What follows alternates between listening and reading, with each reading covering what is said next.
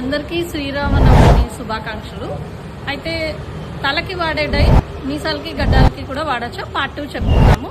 Part 1లో చాలా వరకు cover చేసాం. పార్ట్ 2లో ఏం చేయాలంటే బియర్డ్ స్పెసిఫిక్ డైస్ అని ఉంటాయి, అవి మాత్రమే వాడాలి. Mostly vegetable dice.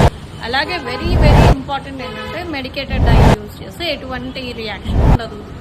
ఇంకో ఇంపార్టెంట్ ప్రికాషన్ ఏంటంటే బియర్డ్కి కానీ ముస్టాష్ కానీ మనము రంగు వేసుకునేటప్పుడు యాక్చువల్లీ ఏం చేయాలంటే ఆ బార్డర్ చుట్టూరు వాజ్లిన్ ఆర్ పెట్రోలియం జెల్లీ రాసుకొని డై వేసుకుంటే స్టెయిన్ అనేది అవ్వదన్నమాట.